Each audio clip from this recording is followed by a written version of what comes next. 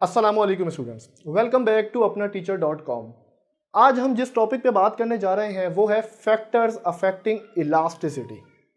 और इस टॉपिक पे हम बात क्यों करने जा रहे हैं, क्योंकि हमने प्रीवियस वीडियो में इस बात को कंक्लूड करा कि भाई इलास्टिसिटी ऑफ डिमांड किस तरीके से निकालते हैं, और फिर हमने ये देखा कि भाई कब आपकी डिमांड की इलास्टिसिटी इनइलास्टिक होती है या इलास्टिक होती है या यूनिटरी इलास्टिक होती है। रिकैप करते हैं, हमने क्या बात करी थी कि जब डिमांड इतनी ज़्यादा रिस्पॉन्ड नहीं करेगी प्राइस से तो कौन सी इलास्टिसिटी होगी आपकी, इनइलास्टिक। और अगर डिमांड ज़्यादा रिस्पॉन्ड कर देती है प्राइस के चेंज होने से तो कौन सी डिमांड होगी आपकी, इलास्टिक। मगर हमने ये बात नहीं देखी थी कि भाई ऐसे कौन से रीजंस हैं, ऐसे कौन से फैक्टर्स हैं जिसकी वजह से आपकी डिमांड कब इलास्टिक हो जाती है, कब इनइलास्टिक हो जाती है या यूनिटरी इलास्टिक हो जाती है। तो इंशाल्लाह आज की इस वीडियो में हम इस बात को डिटेल में और अच्छे से समझेंगे कि भाई factors affecting demand, factor affecting elasticity कौन से हैं। तो मैंने यहाँ पर कुछ फैक्टर्स लिखे हैं, एक एक करके आपको फैक्टर्स को समझाऊंगा और ये बताता जाऊंगा एग्जाम्पल से कि कब इसकी इनइलास्टिक होगी और कब इलास्टिक होगी। तो सबसे पहला फैक्टर एक बहुत इंपॉर्टेंट फैक्टर है जो इलास्टिसिटी में काफ़ी इंपॉर्टेंट फैक्टर समझा जाता है, वो है availability of substitute. Substitute goods को हमने अगर थोड़ा सा आप रिकॉल करो थोड़ा सा, तो हमने डिस्कस कहाँ करा था बेटा, फैक्टर्स अफेक्टिंग डिमांड पे, जो प्राइस के अलावा फैक्टर्स हैं, जिसमें हमने इस बात को डिस्कस करा था कि भाई सब्सटीट्यूट गुड्स क्या होते हैं। दोबारा समझाता हूँ सब्सटीट्यूट गुड्स क्या होते हैं। सब्सटीट्यूट गुड्स वो गुड्स होते हैं जो एक दूसरे के मुतबादिल होते हैं, ऑल्टरनेट यूज में आ जाते हैं। मतलब कि एग्जाम्पल उस टाइम मैंने कौन सी दी थी, उस टाइम मैंने एग्जाम्पल आपको दी थी पेप्सी एंड कोका कोला को, ठीक है। इसकी और भी एग्जाम्पल्स हैं, हमारे अतराफ में इसकी एग्जाम्पल्स हैं। कौन कौन सी हैं, सबसे पहली एग्जाम्पल आपके जहन में आ जाएगी टी और कॉफ़ी की। जो ज़्यादातर बहुत ज़्यादा लोग टी पीते हैं तो उसके साथ साथ वो कॉफ़ी को भी यूज़ कर लेते हैं, ठीक है बेटा। इसके अलावा और भी एग्जाम्पल्स हैं, आप अपनी सिम में ले लो, यूफोन की सिम और या जोंग की सिम, मुतबादिल हैं, सही है। पैकेजेस में कुछ डिफरेंस आता है मगर काम तो एक ही करते हैं ना, इंटरनेट वो भी देते हैं, इंटरनेट ये भी देते हैं, कॉल्स ये भी करते हैं, कॉल्स वहाँ से भी हो जाती है, तो सिम भी मुतबादिल हो गई आपकी। ऐसे वो गुड्स जो एक दूसरे के अगेंस्ट यूज हो सकते हैं और सेम नीड्स को सेटिस्फाई करते हैं, वो क्या होते हैं, सब्सटीट्यूट गुड्स, ठीक है बेटा। तो यहां पर हम देखते हैं कि सब्सटीट्यूट गुड्स जिस प्रोडक्ट के होते हैं उसकी डिमांड क्या होती है। यहां पर मैं एग्जांपल लेता हूं टी और कॉफी की, ठीक है बेटा। टी और कॉफी की मैंने एग्जांपल ली, तो अगर टी की प्राइस बढ़ जाती है तो लोग क्या करेंगे, लोग कॉफी की तरफ शिफ्ट कर जाएंगे। जब लोग कॉफी की तरफ शिफ्ट कर जाएंगे तो उसकी डिमांड इतनी ज्यादा रिस्पॉन्ड नहीं करेगी प्राइस के चेंज होने से, सही है। तो ये इसकी डिमांड कौन सी हो जाएगी, इसकी डिमांड हो जाएगी इलास्टिक डिमांड, ठीक है बेटा। इसकी डिमांड हो जाएगी इलास्टिक डिमांड।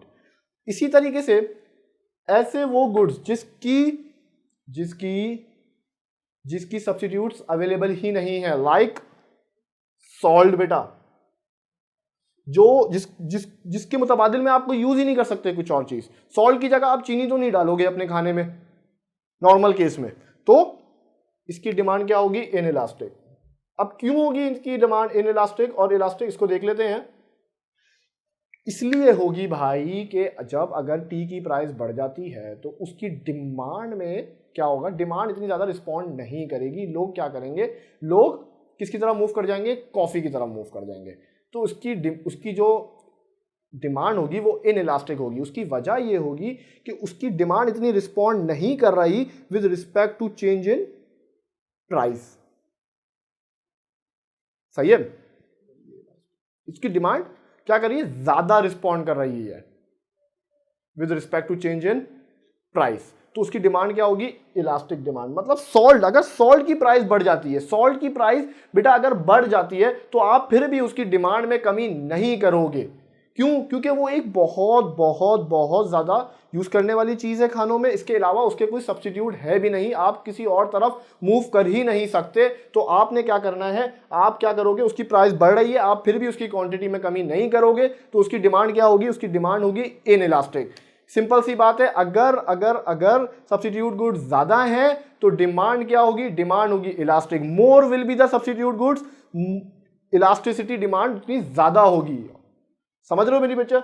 इसकी बात अवेलेबिलिटी ऑफ सब्स्टिट्यूट यहाँ पर फाइनल हो गए। उसके बाद हम बात करते हैं शेयर्स इन टोटल एक्सपेंडिचर, मतलब कि हर घर की, एक हाउस होल्ड की एक टोटल एक्सपेंडिचर पे, हर चीज़ों पे उसने क्या करा होता है, एलोकेट करा हुआ होता है, हर एक्सपेंसेस में अपने इनकम को एलोकेट करा होता है कि भाई इतना खर्चा इस पे करना है, इतना खर्चा यूटिलिटीज़ पे करना है, इतना खर्चा रेंट पे करना है, इतना खर्चा स्कूल फीस पे करना है। तो अगर आपकी शेयर्स इन टोटल एक्सपेंडिचर में ज़्यादा कोई चीज़ है, कोई ऐसी कंजम्पशन है जो बहुत ज़्यादा आपकी इनकम के ज़्यादा एस्पेक्ट को ले रही है, ज़्यादा पैसों को ले रही है, जैसे स्कूल फीस जो होती है वो आपकी मेजर पोर्शन होता है आपकी एक्सपेंसेस का, मतलब कि आपके बहुत ज़्यादा एक्सपेंसेस स्कूल फीस में चले जाते हैं। स्कूल फीस हो गए, उसके बाद आपकी क्लोथ्स हो गए, तो इस पर आप क्या करते हो, इस पर आप ज़्यादा खर्चा करते हो टोटल एक्सपेंडिचर में। अगर आप 1 लाख का खर्चा टोटल एक्सपेंडिचर कर रहे हो अपने पर मंथ, तो उसमें ज़्यादा पोर्शन किसका होता है, स्कूल फीस का होता है, यूटिलिटीज़ का होता है, मतलब इलेक्ट्रिसिटी का बिल्स हो गया, गैस का बिल हो गया। तो आप क्या करोगे, आप इसकी कंजम्पशन को क्या करोगे, इसकी कंजम्पशन को आप कम करोगे। अगर इसकी प्राइस चेंज होती है तो इसकी कंजम्पशन को आप क्या करोगे, कम करोगे। इसका मतलब क्या हुआ कि उसकी डिमांड क्या करेगी, रिस्पॉन्ड करेगी प्राइस के चेंज होने से। जब जब डिमांड रिस्पॉन्ड करेगी प्राइस के चेंज होने से, तो इलास्टिसिटी कौन सी होगी बच्चों, इलास्टिसिटी होगी इलास्टिक।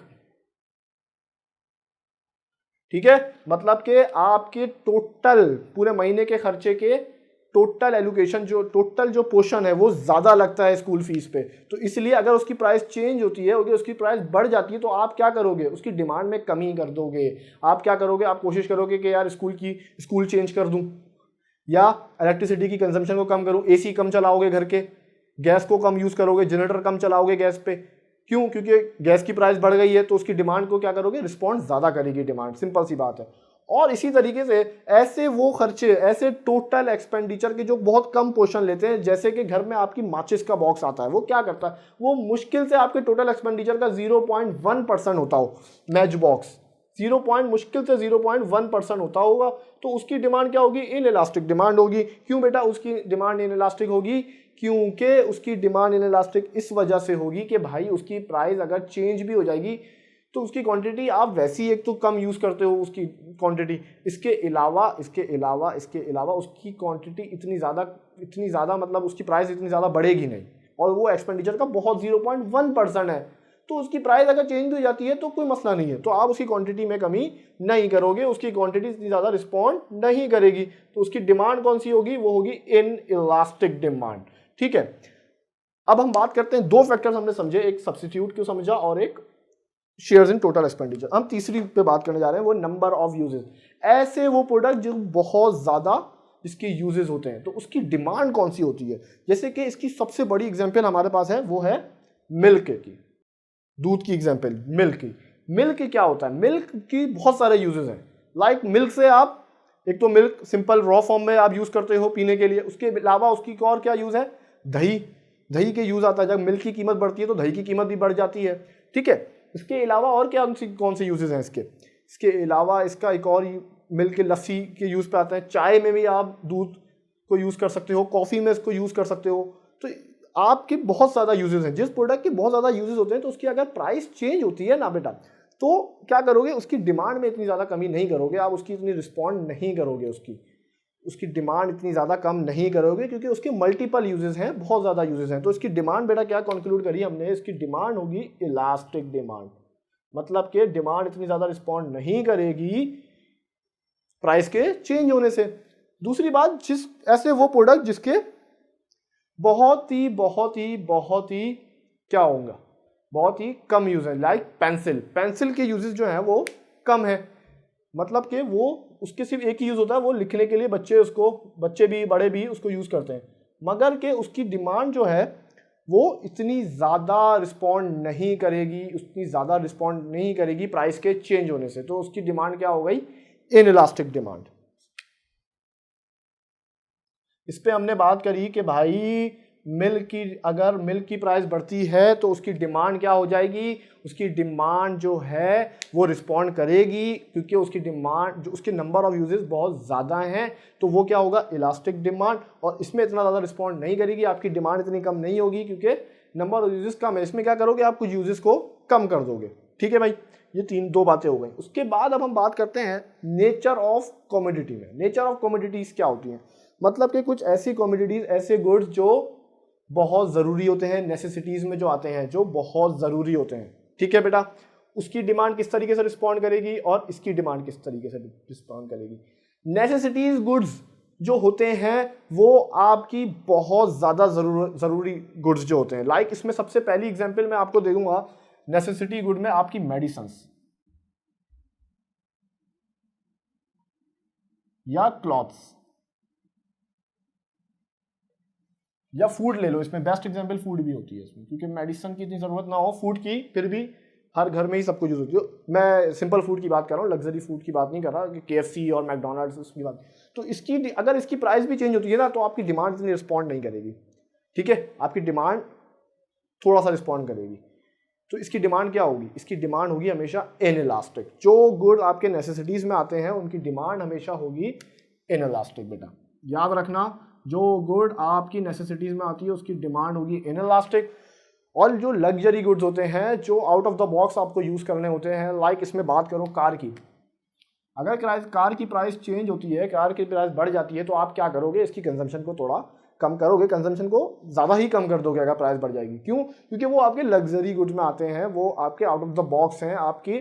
अगर आप उसको फॉरगो कर दो फॉर सम टाइम बीइंग तो आप उसके बिना सर्वाइव कर सकते हो।